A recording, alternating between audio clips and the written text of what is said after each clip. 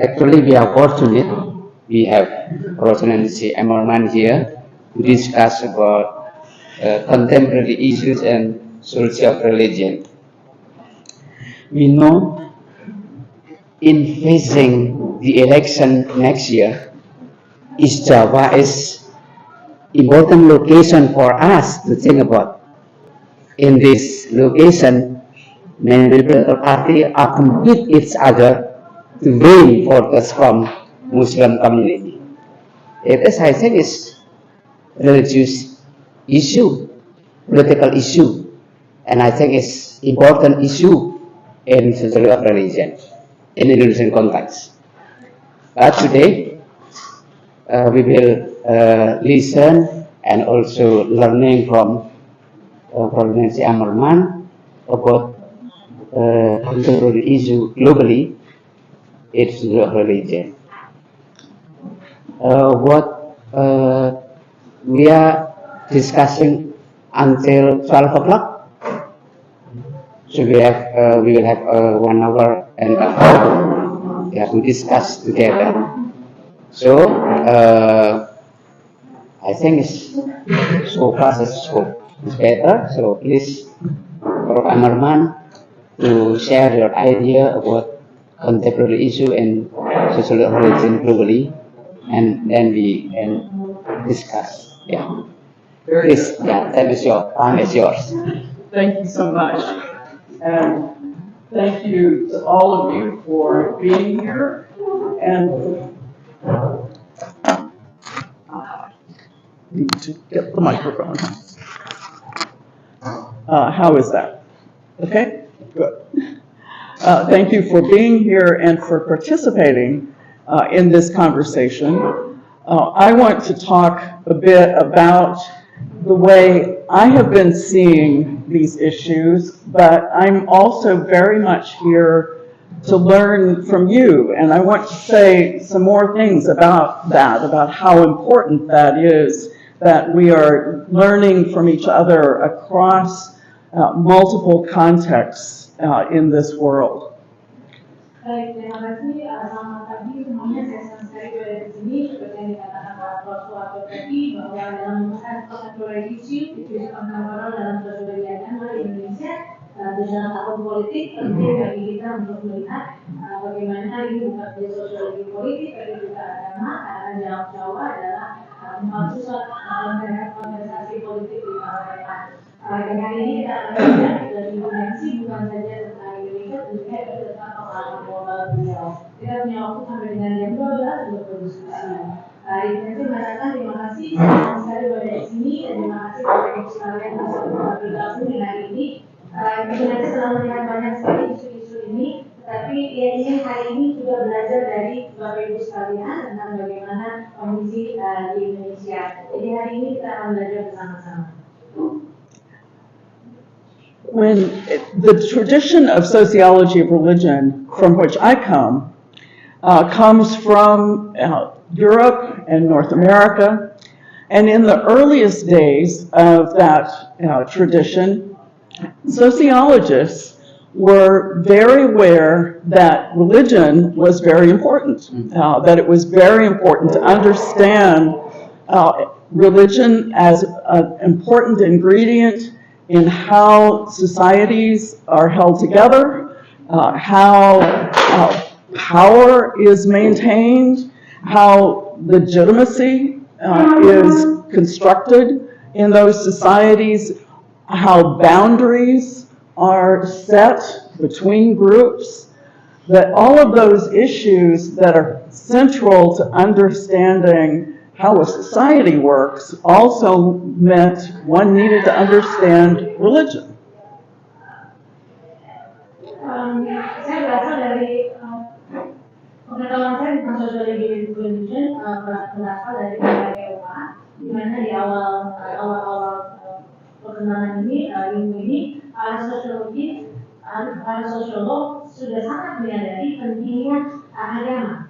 Bagaimana masyarakat bisa bersatu atau bisa utuh karena agama. Bagaimana power, kekuatan itu dipertahankan bagaimana batasan-batasan antara kelompok-kelompok ditetapkan dan bagaimana legitimasi ditentukan. Can we get the next slide? For us, we have a kind of big three, holy trinity of sociologists that we often refer back to. Karl Marx, the guy in the middle, Emil Durkheim, and Max Weber. They, of course, again, were Europeans, Germans, French, and Weber spent some time in the US as well. Bagi kami di Amerika ada 3 tokoh yang mungkin bisa disebut sebagai trinitas di bidang sosiologi, yaitu Max Weber dan Emil Durkheim. sebelumnya yang adalah dianggap sebagai tokoh-tokoh utama di bidang. They were all working in a context where really powerful monopoly religions had been in charge in European society. There were places where religion had permeated all aspects of society in a way that another of our key more recent founders, Peter Berger, referred to as a sacred canopy. That religion encompassed really all of life. Mereka semuanya belajar tentang bagaimana agama begitu menjadi monopoli, di mana agama merasuk ke seluruh lapisan, seluruh aspek kehidupan manusia. Di dalam pertemuannya, seorang bapak sosiologi, Peter Berger, mengatakan bahwa, A sacred canopy. Sacred canopy. Okay. Bagaimana agama menjadi kanopi yang sacred, yang suci. But the interesting thing is that they expected that sacred canopy to disappear. They expected that as societies got more modern, more educated, that religion would recede, would no longer be the kind of dominant force in society that it had been in earlier years. Tetapi yang menarik adalah bagaimana orang-orang menganggap bahwa kanopi yang suci tadi itu akan hilang seiring dengan modernitas dan semakin orang berpendidikan. Agama akan berangsur-angsur melemah. And in some ways they were right, at least in the ways they asked the question. But what I want to suggest today is that they weren't necessarily asking the question in the right way. The next slide, please. Dan dalam beberapa hal mereka memang benar, khususnya ketika mereka bertanya tentang pertanyaan pentingnya agama. Tetapi menurut Ibu Nanti, mereka tidak menanyakan pertanyaan yang benar. I think we need to go back to some really basic questions. That is, what do we think religion is? And which society are we talking about? Kita perlu kembali ke pertanyaan yang mendasar, apakah agama itu dan apakah masyarakat yang kita bicarakan ini. But before I get to that, a little more history. So next slide. Tapi sebelum sampai ke situ, mari kita melihat sedikit tentang sejarah. Don't worry about trying to read all this. The point is to see how complicated it is. Tujuannya memang untuk menunjukkan betapa uniknya ini. One of the dominant figures in the middle of the 20th century who sort of took that classic sociology of religion theory and developed it was an American named Talcott Parsons. And he thought everything could be divided into 2-by-2 tables. Like that. That you could organize your understanding of society into all these 2-by-2 dimensional tables. Kalau di gambar di atas disebutkan oleh seorang peneliti sosiologi information di awal abad ke-20, seorang Amerika yang bernama Talcott Parsons, yang melihat bahwa kita bisa memahami sosiologi religion dari tabel 2/2. And he thought, kind of like those early founders, that the world would slowly evolve, and he really meant the whole world everywhere, would slowly evolve into one giant liberal democracy. That free agents, free individuals would be grounded in a kind of cosmopolitan morality, and that old dogmas and religious authorities wouldn't be needed anymore. Dan sama dengan bapak-bapak pendiri yang tadi, dia juga beranggapan bahwa pada akhirnya dunia akan berevolusi menjadi satu, yaitu dengan pandangan kosmopolitan, moralitas, di mana agama berada di bawah kosmopolitan. So here are the assumptions there, that societies everywhere will change in the same ways, that they will become more modern, and that modern means you don't need religion anymore. Jadi di sini anggapannya adalah bahwa masyarakat akan berubah menjadi dengan cara yang sama, di mana akan menjadi modern, dan ketika masyarakat menjadi modern, agama tidak lagi dibutuhkan. Now, those are the theoretical assumptions that were dominant. The other important thing to know is that the main method that was dominant was survey research. People were developing really sophisticated methods of administering and analyzing quantitative data from survey research. Itu adalah teori-teori dominan yang berkembang. Yang menarik juga kita harus lihat metode-metode penelitian yang ada pada saat itu, yaitu dengan melalui survei, di mana survei-survei dikembangkan dengan sedemikian canggihnya untuk penelitian. So one of the main questions they ask is, do you have a religious preference? Do you have an identity with a religious tradition?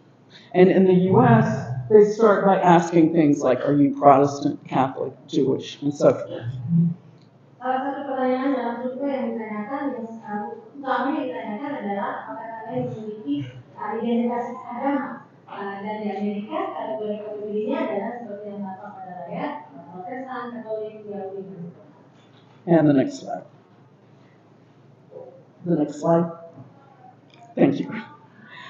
Let's look at the rest of the yardstick or the measuring tool that developed. Not only is it about identifying with a recognized religious tradition. So again, here the assumption, if you're not in a recognized tradition, you don't count. Attending religious services. If your religion doesn't do religious services in the same way, you don't count. Membership in a religious body. Well, if you don't join, you don't count. A strong belief in God and prayer that happens not just in religious services. And this is the one I love. Belief in hell and or the Bible. The Bible is God's word. So there are two really key beliefs that they picked out. They're both very Protestant and in fact very evangelical Protestant. To believe in a literal hell and believe in that the Bible is literally God's word. Berikut adalah ukuran-ukuran yang dipakai dalam survei untuk mengukur agama. Yang pertama, identifikasi keanggotaan kepercayaan terhadap agama yang dikenal, agama-agama yang dikenal. Jadi ada recognized religion tradition. Yang kedua adalah bagaimana orang-orang yang disurvei mengikuti ibadah-ibadah keagamaan. Yang ketiga, keanggotaan dalam agama tersebut. Jika ia tidak bergabung dalam agama, maka ia dianggap tidak memiliki agama. Yang ketiga, keempat, dan kelima adalah tentang bagaimana bagaimana doa dilakukan di luar tradisi-tradisi keagamaan dan bagaimana keyakinan kepercayaan bahwa ada neraka yang merupakan tradisi dari Kristen evangelikal bahwa ada neraka dan juga bahwa Alkitab adalah kata-kata dari Tuhan.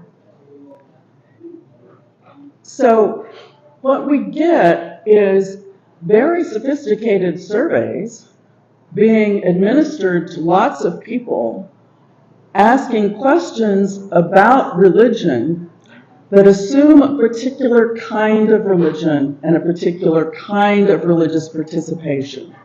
And if you don't fit that box, you show up as not religious. Jadi yang terjadi di sini adalah bagaimana survei ini begitu canggih dilakukan dan diadakan pada banyak orang dan tetapi pertanyaan-pertanyaannya sangat spesifik tertentu sesuai dengan agama yang diketahui. Oleh karena itu jika ada orang yang tidak masuk dalam kategori-kategori yang ada ini, maka dianggap mereka tidak beragama. So next slide. To summarize so far. By the time you got to the middle to the late part of the 20th century, sociology of religion in my part of the world is between a rock and a hard place, as we say in the US. On the one hand, it expects religion to disappear. That's what the theories told us. And our measures were largely missing the mark. They didn't measure what we needed to be measuring. So they appeared to give us evidence of exactly what the theory said.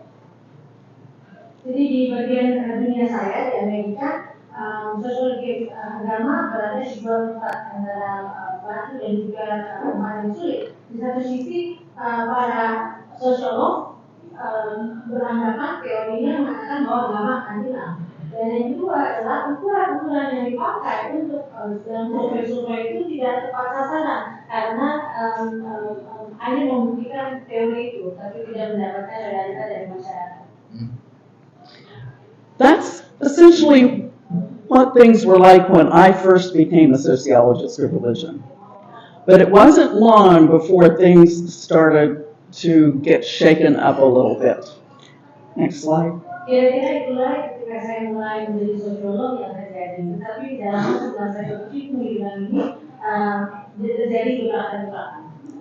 The first thing that happened was that religion just kind of refused to disappear. It was seen in conservative resurgences in many parts of the world. In the US, we had Jerry Falwell, the New Christian Right, the fundamentalist resurgence, of course, Ayatollah Khomeini in Iran. Around the world, you see people who are becoming more modern, but also still religious. Beberapa yang pertama yang terjadi ketika pertama adalah munculnya agama, di mana di berbagai belahan dunia muncul orang-orang yang beragama modern tapi tetap beragama. Misalnya di Amerika ada Jerry Falwell, kemudian ada Khomeini di Iran ketika itu. And the first response of scholars was largely to say, oh my goodness, we have these exceptions. We have anomalies. We have things that we need to somehow explain because they don't conform to the rule we thought was going to be there. Dan tanggapan pertama dari para peneliti ketika itu adalah, oh ini semua adalah anomali, ini semua adalah pengecualian, karena tidak sesuai dengan teori-teori yang sudah ada. There was a very large foundation called the MacArthur Foundation that gave $5 million to the American Academy of Arts and Sciences for 5 years to study fundamentalism around the world and explain to the Academy where this fundamentalism came from. My colleague Peter Berger responded that if you really wanted to see an anomaly in the modern world, American Academy of Arts and Sciences, you should look in the mirror. Ketika itu Yayasan Archer memberikan dana 5 juta dolar Amerika selama 5 tahun untuk Yayasan Amerika Art and Sciences untuk meneliti anomali-anomali yang terjadi di dunia. Kemudian rekan saya David Berger mengatakan bahwa Amerika kalau mau mengenali terjadi anomali lihat tradisi ini. So that's where we were in the 1980s and 1990s. But what has emerged in the last few decades are some really important new perspectives. Next slide. Jadi itulah posisi kita di tahun 1980-an dan 1990-an. Tetapi kemudian di beberapa tahun belakangan muncullah perspektif baru. And those new perspectives have come from two really important developments, I think. One, and very important, is that we began to see and hear from people who had previously not been present, had not been included in what people in the academy were assuming was something that could apply to everyone.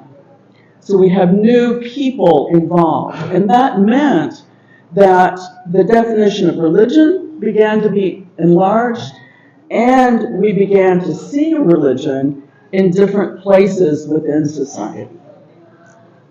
Salah satu yang utama dari perspektif ini adalah munculnya orang-orang baru yang sebelumnya tidak terlibat dalam penelitian dan itu berarti ada definisi baru dari agama dan kita mulai melihat agama-agama muncul di beberapa. And this is definitely where you come in. We began to hear from people like you, and we need to continue to hear from people like you. Dan ini artinya kita mendengar dari Bapak Ibu sekalian, kita mulai mendengar dan kita akan terus mendengar dari Bapak Ibu sekalian. So, just some suggestions here, next slide, about where we began, how we began to change. One is that we began to see religion in places beyond the organized churches and synagogues and mosques. And we began to think about religion as not just about what's up here, about belief, and about memberships, but rather we began to talk about lived religion. Go ahead. Dan di sini bagaimana kita lihat bagaimana perubahan itu muncul adalah kita mulai melihat agama di luar dari gereja dan sinagog dan masjid. Dan hal yang kedua adalah bagaimana kita melihat agama muncul di luar dari keyakinan atau sekedar anggotaan keagamaan, tetapi mulai melihat dari lived religion. Next slide. We began to look for religion in everyday life, to see the evidence of people's religious membership and practice all around us, on the street. Next slide. Kita mulai melihat agama dalam kehidupan sehari-hari, kita melihat buktinya dari pelaksanaan dari praktek-praktek keagamaan di setiap bentuk kehidupan. We saw religion and religious rituals on the sidewalks. Kita mulai melihat agama dan juga ritual-ritual keagamaan di trotoar-trotoar. Next slide. We saw it also in people's homes. Kita juga melihatnya di rumah-rumah orang. Next slide. We saw it on people's bodies. Kita melihatnya di tubuh-tubuh orang. Next slide. We also had to remind ourselves, once we started looking for all of these things in everyday life, that the people who did belong to organized, dominant religious traditions, that they had an embodied religious practice as well.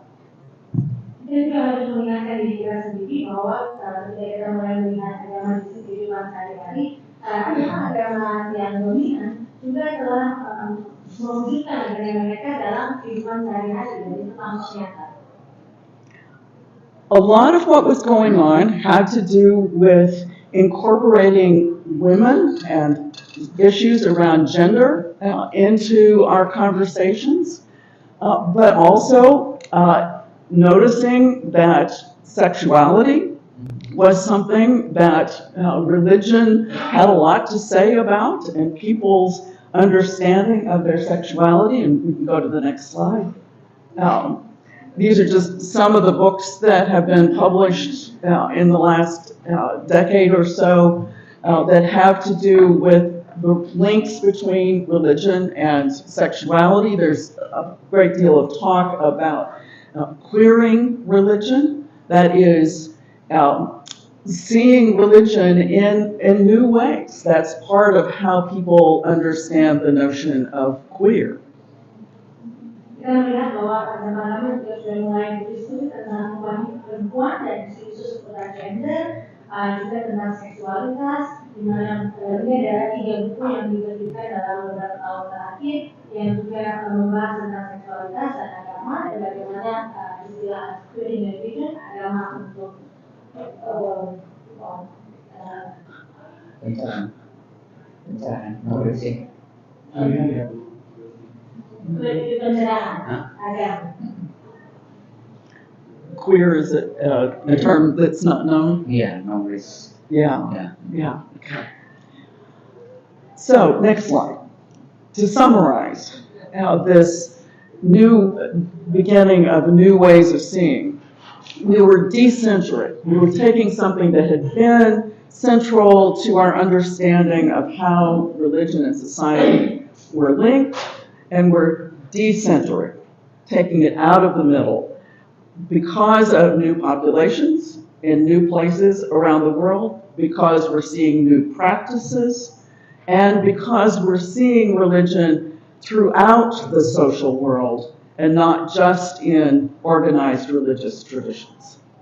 Di sini kita melihat bahwa kita kembali memusatkan proyek penelitian dan melihat bagaimana agama itu di luar praktek-praktek yang ada dan juga melihatnya melalui masyarakat terlepas dari praktek-praktek dari agama yang terorganisir.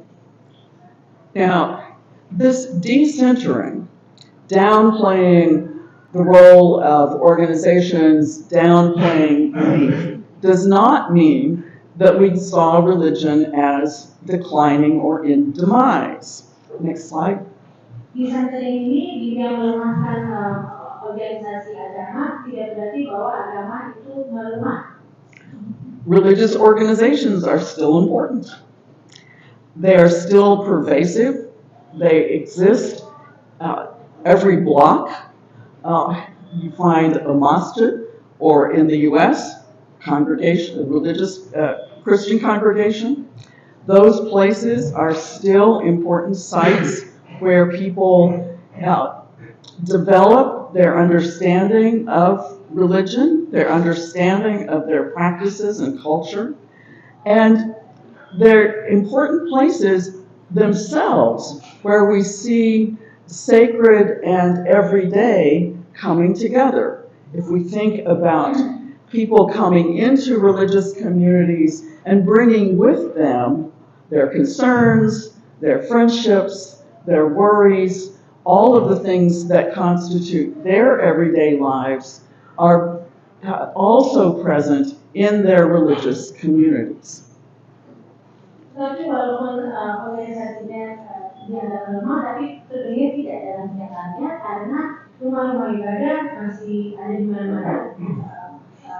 Organisasi-organisasi keagamaan masih merupakan tempat yang penting bagi masyarakat untuk memahami tentang agama mereka dan juga budaya mereka, dan rumah-rumah keagamaan ini menjadi tempat bertemunya yang suci dan kehidupan sehari-hari, di mana masyarakat bisa datang ke tempat-tempat ini untuk membawa permasalahan mereka, segala hal yang berkaitan dengan kehidupan sehari-hari, dan itu juga berhubungan dengan agama. I would add that merely being a religious organization with a building, with groups of people coming together, is about a lot of things beyond just sacred concerns. There's the maintenance of the building, there's getting along with the local authorities. There are all the other things that are very mundane, ordinary concerns that are a part of being a religious community, and sociologists have to pay attention to those things too.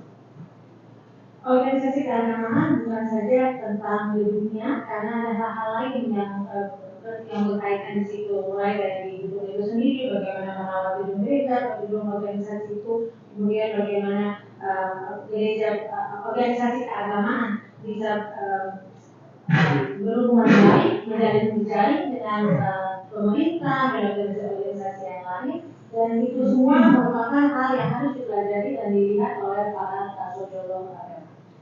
So next slide.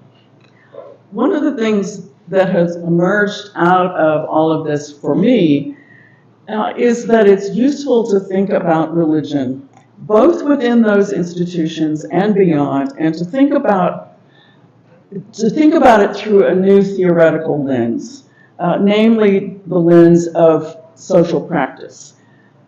Now, I'm going to be talking about theory here, and I think many of you have perhaps read some of what I've written about religion as practice. Can I see hands? Does that sound familiar? Saya akan membahas tentang teori di sini yang mengambil dari buku yang sudah saya tulis. Apakah boleh Bapak Ibu mengangkat tangan jika sudah pernah membaca buku beliau tentang Sociology of Practice? Okay, so it's new. Okay, just checking. So, a practice is something that we do that is organized in a way that other people see us doing that and recognize what we're doing and how they should respond. So, for instance, attending a class is a practice. So you know when you come into a room how you're supposed to behave. Oke, praktek adalah sesuatu yang kita lakukan, yang diatur sedemikian rupa atau yang dilakukan sedemikian rupa sehingga ketika kita melakukannya, orang lain melihat kita dan mengetahui apa yang kita lakukan. Sehingga contoh kuliah di kelas itu merupakan praktek. Greeting each other is a practice. Greeting each other. Saling menyapa satu sama lain itu juga praktek. How we eat together is a practice. Bagaimana kita makan bersama itu juga praktek. Other examples. Your turn. Silakan memberikan contoh yang lain. Practices. Apa itu practices? Shake hand. Shaking hands. Okay. Yeah.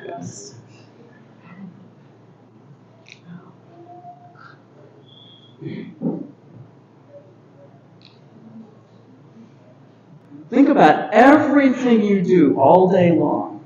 Pikirkanlah semua yang Anda lakukan sepanjang hari.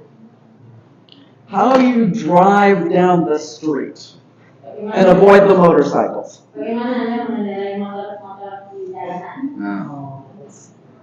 How you know what to do with the person who is directing traffic.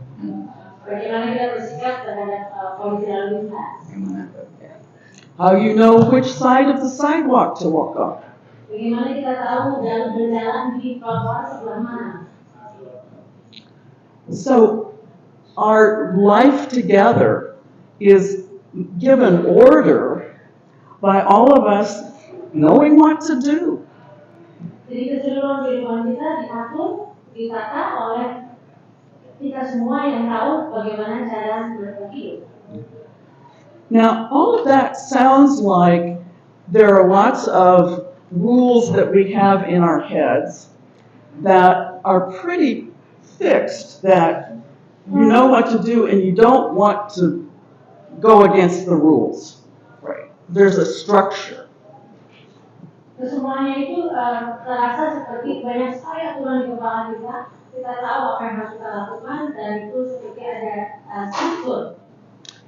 But we all also get creative. We improvise. Sometimes we do it a little differently.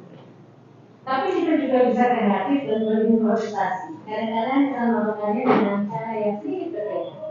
And that's how societies change. Dan begitulah masyarakat berubah.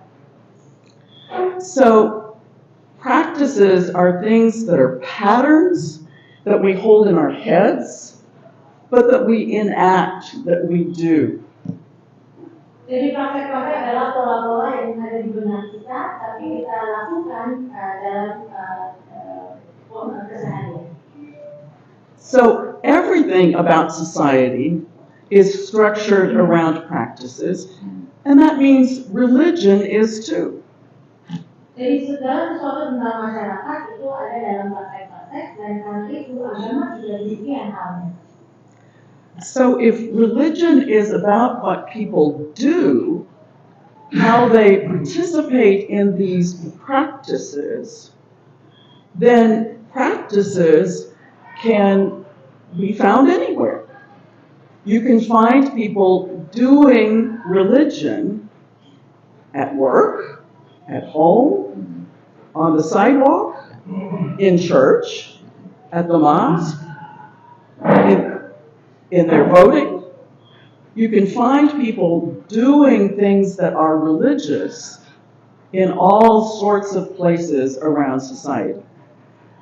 Jadi kalau agama adalah apa yang orang lakukan dalam praktek-praktek, maka praktek-praktek dapat ditemukan di mana saja. Praktek keagamaan dilakukan orang di rumah, di tempat kerja, di gereja, di masjid, di trotoar, di mana saja.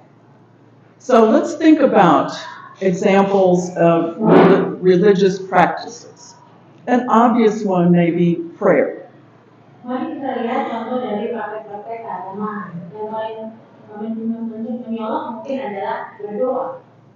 But what else? What do you see people doing that you think is a religious practice? Apa yang Anda lihat orang lakukan yang menurut Anda adalah praktek-praktek keagamaan?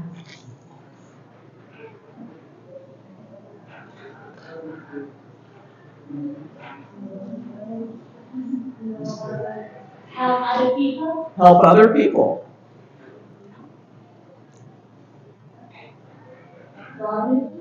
Gardening. Yes.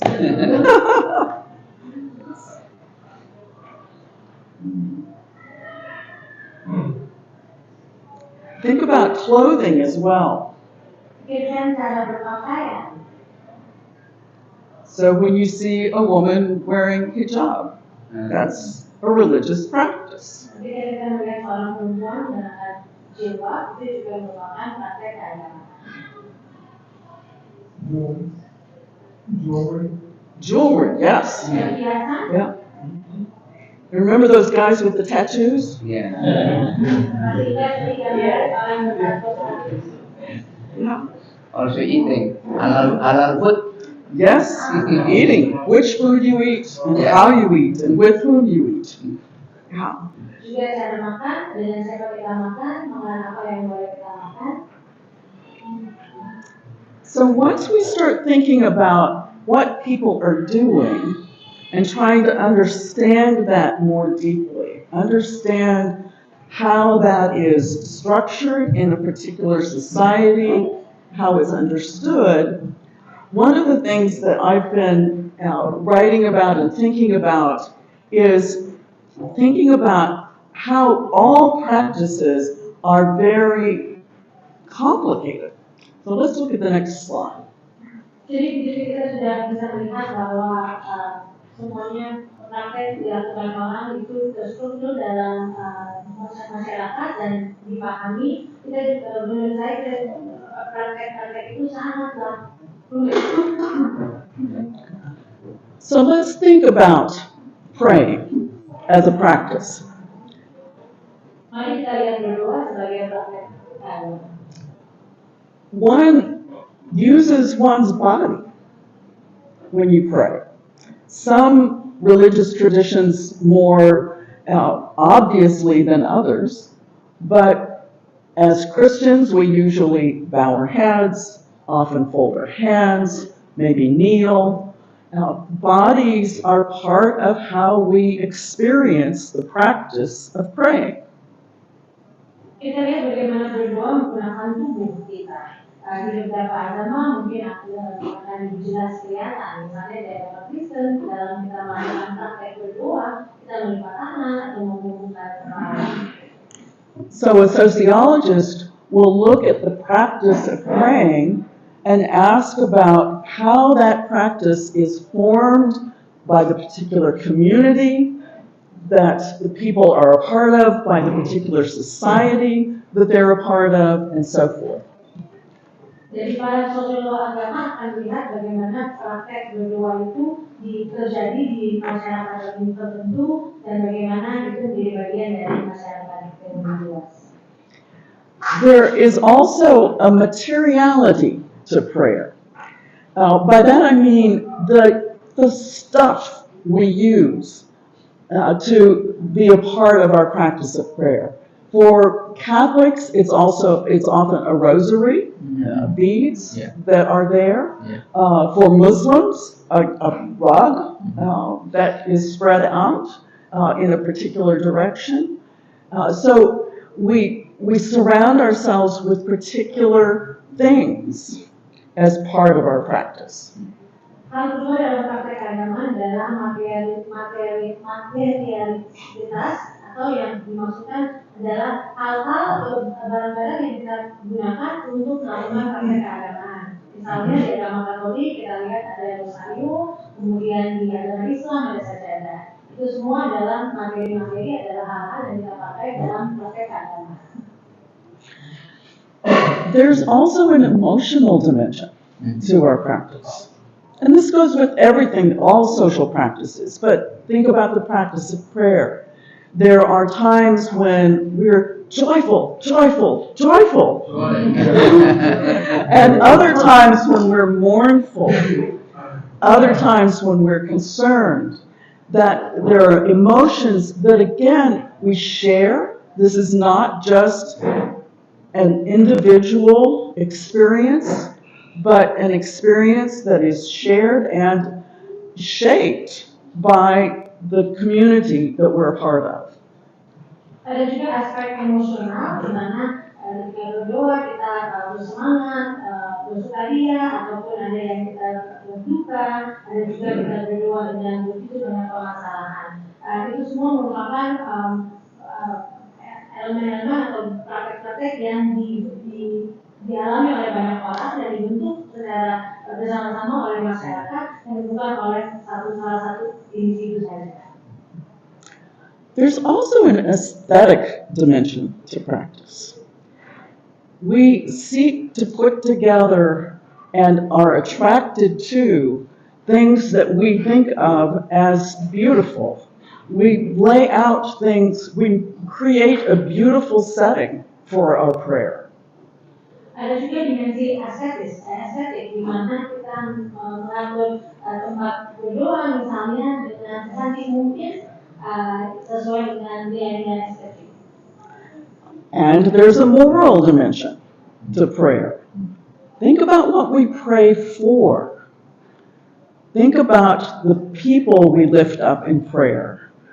Think about the way our prayers hold up and honor certain kinds of virtues and celebrate certain things while lamenting other things. Dimensi selanjutnya adalah dimensi moral. Bagaimana praktek berdoa dan kita bisa lihat dalam doa kita berdoa untuk siapa dan bagaimana kita membawakan dalam doa hal-hal dan merayakan hal-hal tertentu dalam doa, tapi tidak membawakan hal yang sebaliknya. It may be a little harder to see the narrative dimension of prayer, but I think most prayers can be seen as having a kind of beginning, middle, and end. This is the introduction to the story. Here's the main part of the story, and here's the ending to the story. Dimensi selanjutnya adalah dimensi naratif yang mungkin agak sulit dijelaskan, Tetapi dalam praktek berdoa, secara naratif kita bisa lihat dalam doa ada pembukaan, pertengahan doa, dan ada akhir dari doa yang bisa kita lihat dari narasi. So finally, there's also a spiritual dimension to prayer. And I've argued that it is this spiritual dimension of practice that makes something a religious practice. That is, all of these other things, embodiment, narrative, moral judgment, that's part of every social practice. Whether you're shaking hands, greeting people, eating together, all of those things are embodied and material and aesthetic. That's simply part of social life. But the thing that makes a religious practice religious is that it has a reference to a spiritual dimension. Dimensi yang terakhir adalah dimensi spiritual, dan menurut saya ini adalah dimensi yang menjadikan praktek ini merupakan praktek keagamaan. Karena dimensi-dimensi yang lain, estetik, embodiment, dan materialisme, semuanya itu adalah dimensi-dimensi yang kita temukan juga di praktek-praktek sosial keseharian di luar keagamaan. So all of these things we've been talking about, we've been thinking about a practice as something that we can observe in everyday life. That is something that is what sociologists refer to as micro. That is the small dimensions of everyday life. The things that are just between individuals in small communities and so forth. Hal yang tadi sudah kita bahas ini adalah praktek-praktek yang bisa kita lihat, bisa kita saksikan dalam kehidupan sehari-hari. Hal ini menurut para sosiologis adalah hal-hal mikro atau hal-hal yang kecil yang terjadi antara orang, antara terutama manusia. So, is sociology of religion only concerned with those micro dimensions? Let's look at the next slide. Apakah sosiologi hanya peduli pada hal-hal yang bersifat mikro ini? Mari kita lihat slide selanjutnya. No. We're concerned about the larger, big picture as well. Jawabannya tidak. Kita peduli pada gambaran yang besar dari itu. We're concerned with how religious practices intersect with other parts of life. Kita tertarik untuk melihat bagaimana praktek-praktek keagamaan bersinggungan dengan hal-hal yang lain. So we're concerned with citizenship. We're concerned in the U.S. in particular with intersections with race and ethnicity. That social structure is fundamental to American society and therefore is also fundamental to how religious practices get organized. The two pictures you see there are two groups of Christians worshiping in their churches. And what do you notice about the difference between the two?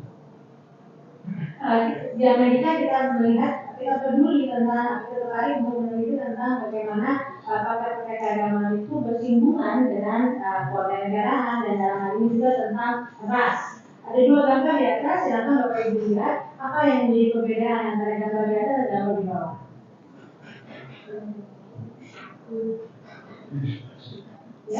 Say it louder. Black and white, and then the black one is more like embodying the worship, and then the white one is more calm. Mm-hmm. This is embodied too.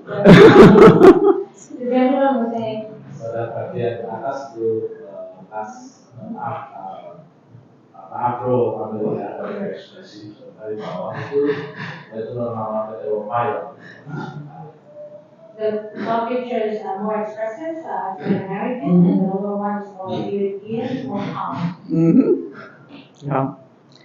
So that's one of those big structures, race and ethnicity, that's not just about individual differences, but about the way a whole society is structured, and again shows up in the way people engage in religious practices.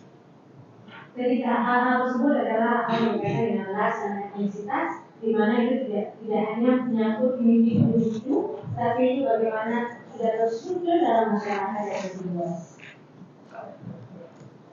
And next slide, it's not just us.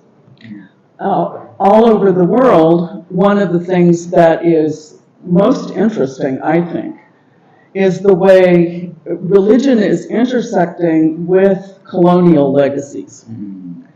The way the indigenous traditions of societies were never really wiped out by the colonial powers, even if they were suppressed. Those indigenous traditions becoming much more present in the post-colonial situation, and the colonial religious traditions still also very much present and often mixed in very interesting ways. Yang kita lihat, kita saksikan adalah bagaimana agama-agama merupakan legasi dari zaman kolonial, di mana dalam perkembangan sekarang agama-agama atau tradisi lokal indigenous yang pribumi yang ada di tempat asal asli semakin mendapatkan ruang, mendapatkan tempat untuk tampil, tetapi menjadi dominan. Tapi itu tidak berarti tradisi dari kolonial hilang, sama-sama dominan. Dari situlah terjadi persinggungan. So, what we find ourselves with is situations all over the world where societies are quite modern, but in their own way, and where those societies are religious in their own way. And the old theories about demise, about secularization, don't necessarily tell us very much.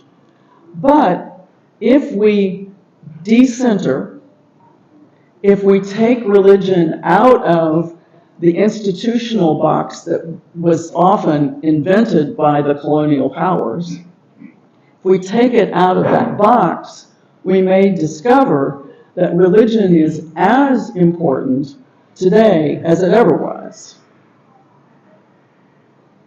Jadi yang kita saksikan situasi di seluruh dunia saat ini adalah seiring dengan masyarakat semakin modern, masyarakat juga tetap semakin beragama. Dan ini menunjukkan bahwa teori-teori yang lampau tadi yang mengatakan bahwa seiring dengan modernitas maka sekularitas akan naik tidaklah benar. Jika kita melihat dari survei yang dilakukan tadi dan pertanyaannya diubah, maka kita bisa lihat bahwa agama tetap masih ada. Religion and power have always gone together. Religion today, understanding religion in society means looking for all of these various intersections, looking for the way religion is intertwined with gender and sexuality, the way it's intertwined with how we deliver services in our societies, what kind of welfare state we have. It's intertwined with what kind of government we have. It's intertwined with humanitarianism, how we are generous to other people in the world.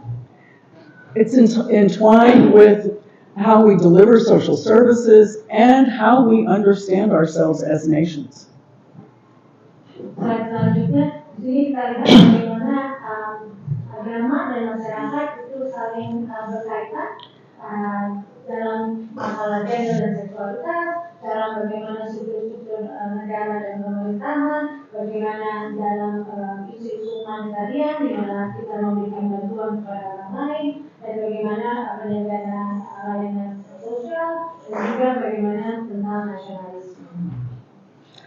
So, contemporary issues in the sociology of religion mean that we need an intersectionality that's big enough to include religious practices alongside all the other social practices that sociologists observe.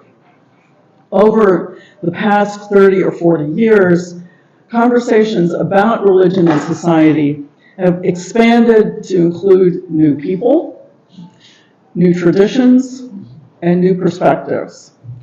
The religions of the empire have lost their centrality and been redefined by the people who were thought of as being on the margins.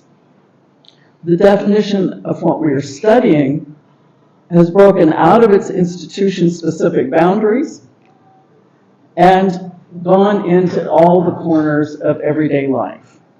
We've incorporated racial and gender and political and institutional and new conceptual tools. And we've recognized the degree to which our communities and ourselves are hybrid, both sacred and secular at the same time. And that's my concluding paragraph if you need it. Sorry, I went through it fast. Baik, dan itu adalah kesimpulan dari diskusi kita untuk melihat ada kontemporer dan permasalahan-permasalahan kontemporer dalam sosiologi agama, di mana kita perlu melihat interseksi yang intersentuhan antara praktek-praktek masyarakat yang sudah selama ini diamati oleh para sosiolog untuk juga mengikutkan praktek-praktek keagamaan yang selama ini belum diikutkan. Dalam 30 dan 40 tahun terakhir ini, kita melihat ada percakapan-percakapan tentang bagaimana agama-agama ini melibatkan agama dalam masyarakat, mengikutkan orang-orang baru yang mungkin tidak ada dalam sosial sebelumnya, tradisi-tradisi baru dan juga perspektif-perspektif baru. Agama-agama kerajaan dari Eropa lalu sudah mulai hilang dalam sentralitas diskusi dan sudah didefinisikan kembali oleh orang-orang yang dulunya berada di margina. Mereka sudah menjadi pusat dari diskusi juga. Dan definisi dari apa yang kita pelajari telah keluar dari batasan-batasan yang dulunya ditentukan oleh institusi-institusi lama yang sangat spesifik. Perhatian kita sekarang sudah lebih meluas kepada seluruh sudut kehidupan masyarakat dan demikian juga kepada domain-domain institusional di masyarakat. Kita sudah mengikut sertakan isu-isu politik, isu-isu ras, isu-isu gender, isu-isu queer dan perangkat-perangkat konseptual interseksional yang dulunya tidak ada, sudah kita ikutkan sekarang dalam bidang ilmu kita dan kita sudah mengakui derajat di mana masyarakat kita dan diri kita adalah keduanya adalah hybrid, di mana keduanya adalah suci dan sekuler pada saat yang sama. And now I need to hear from you. Nah, Dan sekarang saya butuh ya,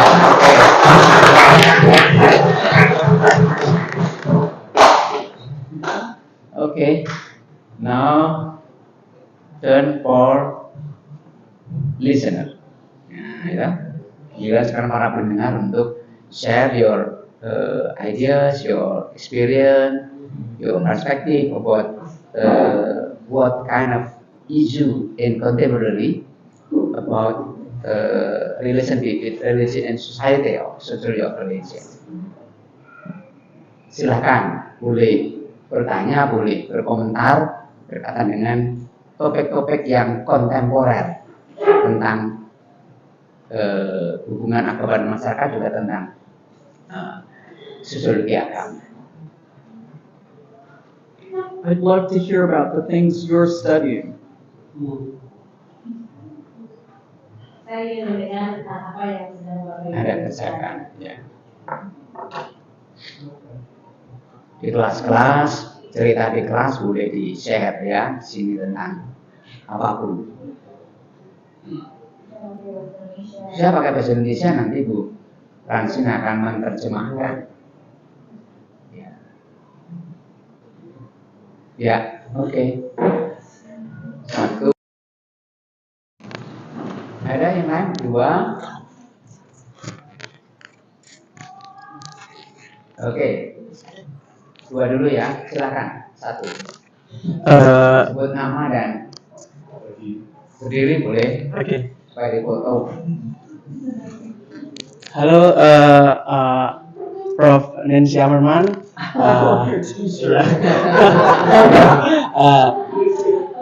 Okay. My name is Muhammad Siddiq Pramono. I'm from Magister of Sociology of Religion in UKSW.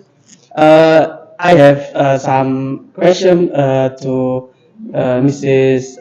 Amerman about the lived religion because when I read your book, lived religion, I have some question about what some practice can say lived religion, what the atau apa ya unsur yang bisa mengatakan satu tindakan itu sebagai lived religion itu apa begitu. Lalu jika soal apa yang sedang saya pelajari dan ingin gali adalah bagaimana tradition in Java in my home is tahlilan can change the society in my home from abangan and putihan have sentiment one another like that and then when they can bersatu dalam tahlilan itu bisa berdamai begitu, di mana dalam tahlilan ada makan bersama, terus membaca doa bersama, dan juga ada satu ritual tradisi di Jawa yaitu namanya bancaan begitu, di mana keduanya bisa saling bertemu dan membentuk identitas yang bukan lagi abangan ataupun putihan, tapi adalah Islam yang menerima tradisi dan tradisi yang menerima Islam gitu. Mungkin seperti itu. Terima kasih. Thank you so much. I have two questions. The first one is about your religion. You have your book about religion, and also what constitutes a religion? What factors can say that this is a religion?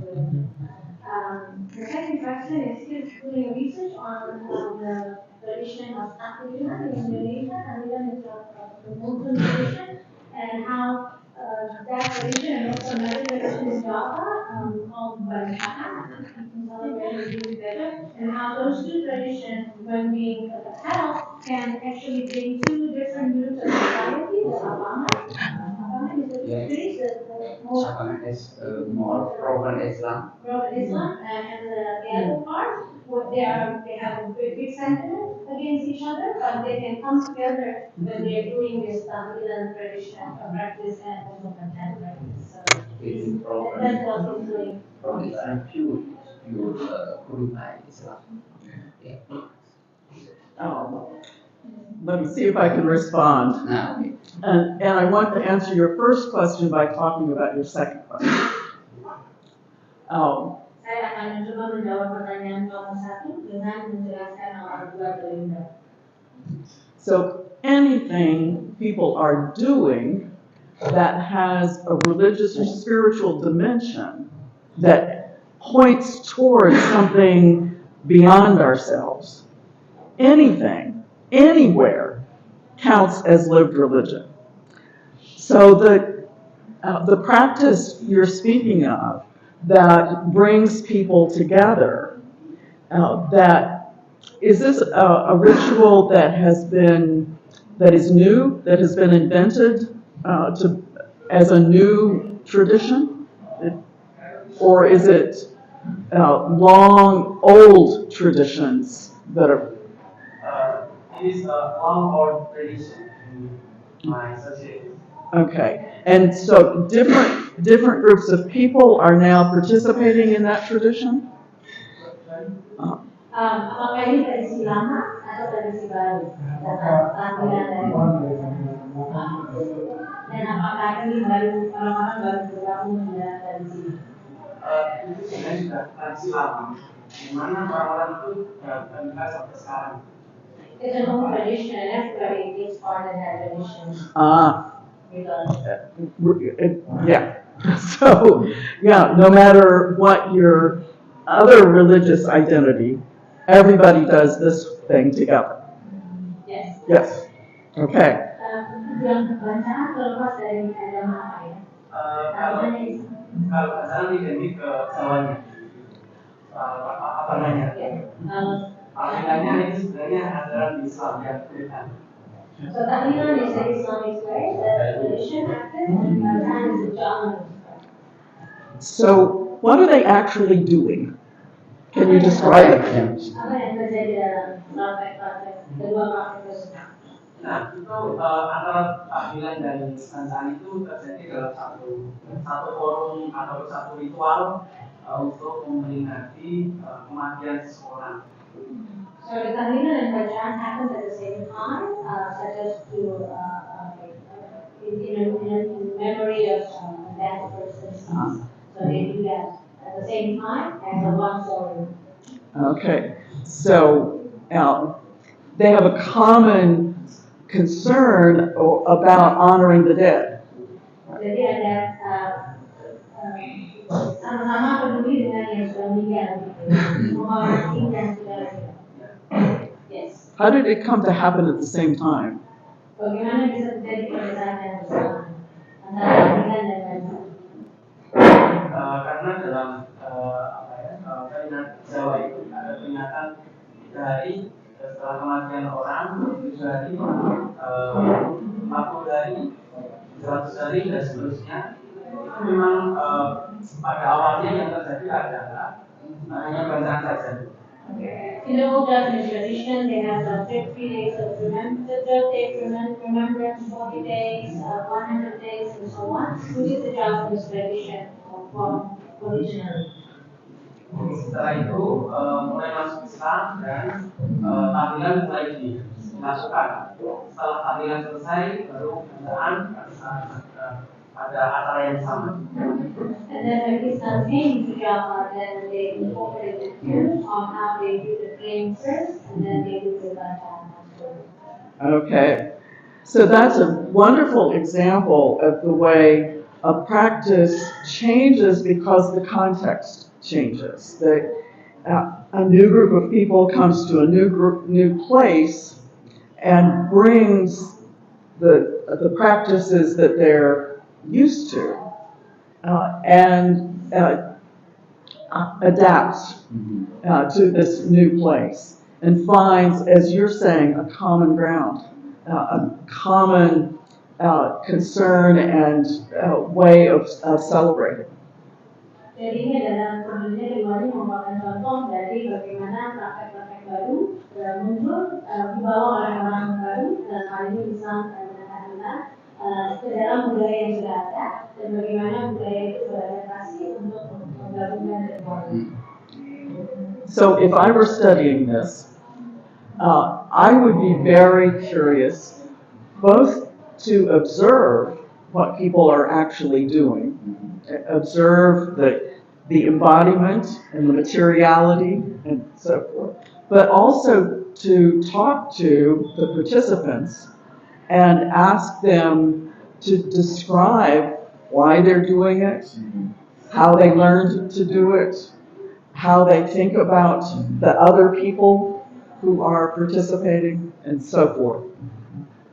Jika saya sedang meneliti topik ini, maka yang akan saya lakukan adalah mengamati apa yang orang-orang lakukan dalam tradisi ini, dan juga berbicara dengan mereka untuk melihat mengapa mereka melakukan hal itu, bagaimana mereka belajar tentang tradisi itu, dan juga bagaimana mereka melihat orang lain sebagai mereka melakukan hal itu. There may also be some interesting big picture questions to ask about whether there are laws or rules that have established the dates for this celebration, whether there are rules about who can participate or what things are permitted to be part of the ritual. I don't know whether anybody worries about regulating this, is whether whether there are these rules or laws that keep people from doing certain things as a part of a ritual. Ada juga pertanyaan besar yang mungkin ingin saya tanyakan adalah tentang apakah ada aturan-aturan atau hukumnya yang menentukan bagaimana acara itu bisa diselenggarakan, penentuan tanggalnya, kemudian siapa saja yang bisa ikut dalam acara ini, apa yang boleh dan apa yang tidak boleh. Saya tidak tahu apakah ada orang yang berusaha untuk mengatur hal-hal seperti ini dan ada untuk aturan-aturannya, tapi ini menarik untuk dilihat. Rituals around honoring the dead, I think, are among the most interesting things for us to look at. And one of the things I learned in reading about rituals for similar observances in China is that they're surrounded by a lot of materiality. There are certain flowers that one is supposed to use to decorate the grave, so there are sellers of these flowers. There's a whole economy around traveling to the places where the ancestors are buried. So it's sometimes what seems to be a very small, local, individual ritual is part of something that's very big and complicated. Ritual-ritual untuk yang menghormati orang yang sudah meninggal sangat menarik untuk diteliti. Seperti yang saya ketahui di China, misalnya ada banyak sekali dimensi-dimensi materialistik yang ada, misalnya bunga, ada bunga-bunga tertentu yang harus dibawa ke makam, dan itu menimbulkan banyak penjual-penjual bunga. Kemudian juga muncullah perekonomian di mana orang-orang harus bepergian ke tempat di mana leluhur mereka dimakamkan, dan itu sendiri menjadi suatu hal yang menarik untuk dilihat. So you might ask these kinds of questions. If you think about your ritual as a sacred thing, as a religious practice, how is it produced? Who makes it? How does it happen? How is it embodied? How is it institutionalized? That is, made regular with rules around it and organizations. And how is it contested? Where are there arguments and disagreements? Anda bisa menanyakan pertanyaan-pertanyaan ini hal-hal ini tentang bagaimana tradisi itu terjadi, bagaimana dia diwujudkan, bagaimana diatur sehingga menjadi suatu struktur, dan apa saja tantangan-tantangan, apakah ada penolakan dari orang-orang tentang tradisi ini. Thanks for giving us a great example to work with.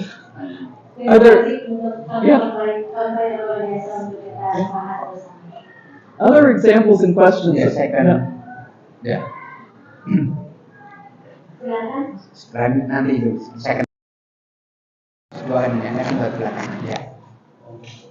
Okay, thank you, Professor. My name is Wilco, your guide, Professor. I have some question for you, Professor. But before that, I'd like to mention that your work in here is not really new because we always discuss, me and my friend Eman, after the class in cafe, we always talk about your work with religion,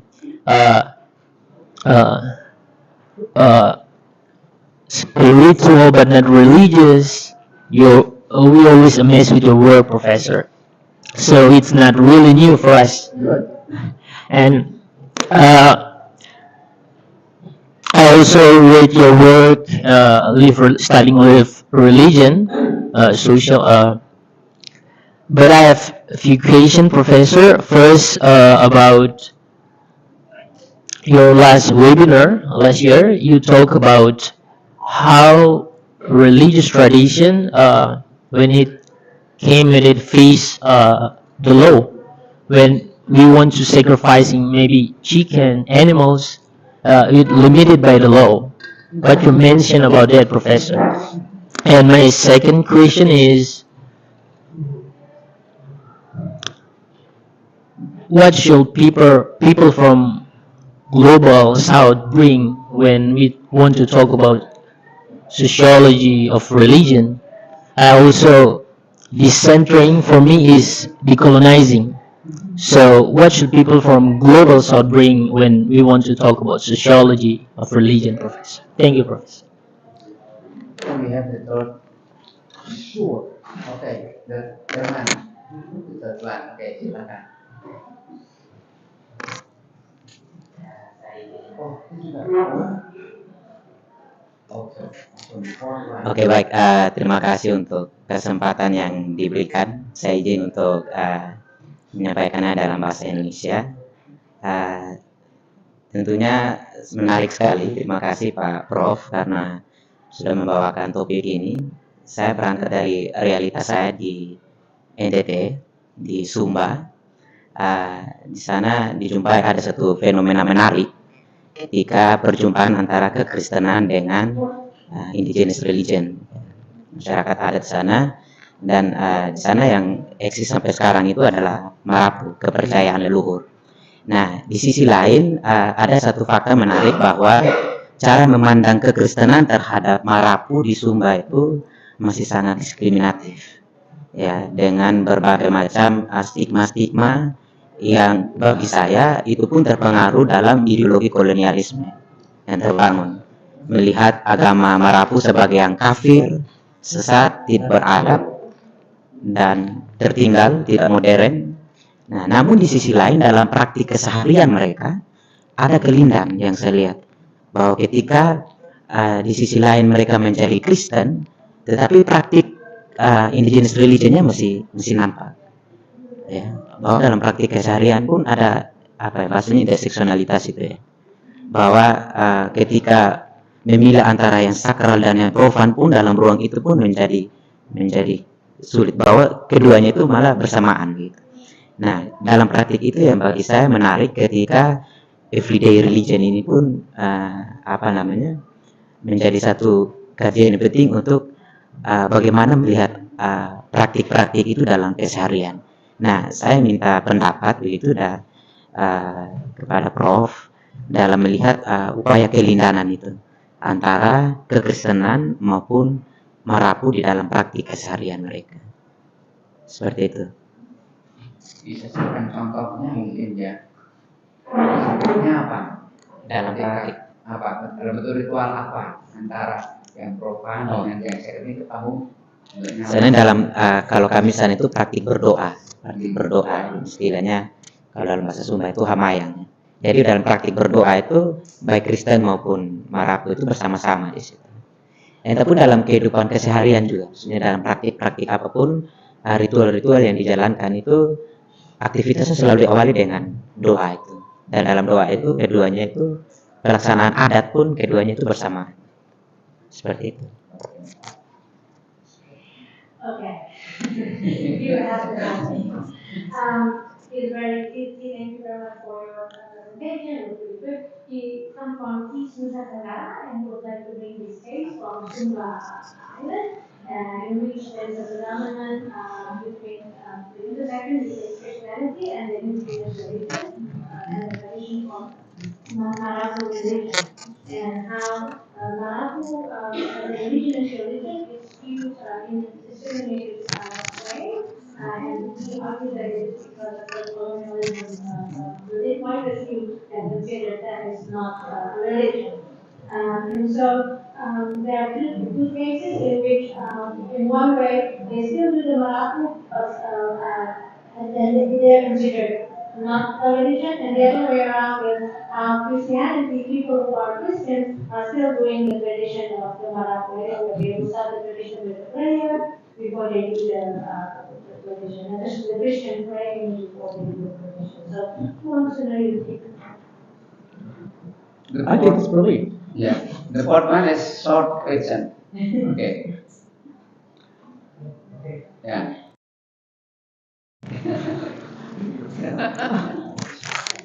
Thank you. Cek. Okay, my name is Sister Umum. I'm a master student in the Sociology of Religion department. Thank you for your presentation, Prof. I think my question is out of the context, but I think it's very important to hear your opinion.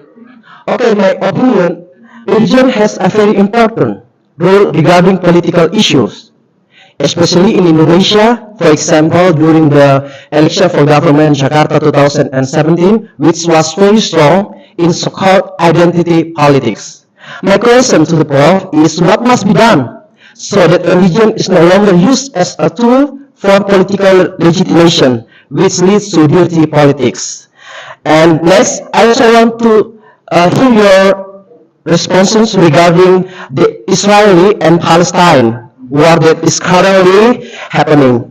Many people associate this event with religion, where is Israel represent in Christianity and Palestine representing in Muslim. And in my opinion, I think the sociology of religion approach also needs to be assessed by using a post-colonial approach because politics also concern issue of power, imperialism, and colonialism. What do you say about that? Thank you. Now I've forgotten your question.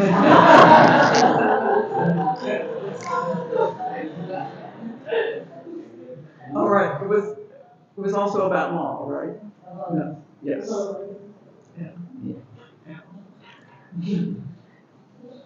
So I think there are a couple of themes I will try to respond to. One has to do with the question of how religious practices are either imposed or prohibited by various regimes, by the state. So you have situations in colonial situations where a colonial power, a colonial state says, this is what constitutes religion, this is what kind of practices are okay, and everybody else needs to just either doesn't count at all or needs to be wiped out. In the US case that Wilco mentioned, we have many immigrant traditions, and some have brought traditions as that have been marginalized and outlawed. In our, we say we have freedom of religion in the U.S., but there are things that U.S. law does not permit, and that's the case everywhere. Every state, every nation, every government is going to have rules about what kinds of religious practice are permitted and which ones, in some cases, which ones are required. That there are certain religious practices that everybody has to participate in. We see that especially right now in Iran with the way women are required to dress.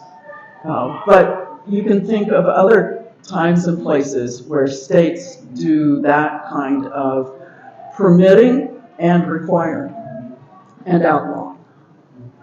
Oke, praktek-praktek keagamaan di seluruh dunia memang diatur dan juga ditentang, banyak juga yang dilarang oleh negara dan oleh rezim. Di zaman kolonial misalnya, kolonial yang mendiktekan apa yang disebut dengan agama dan apa yang bisa disebut sebagai praktek keagamaan.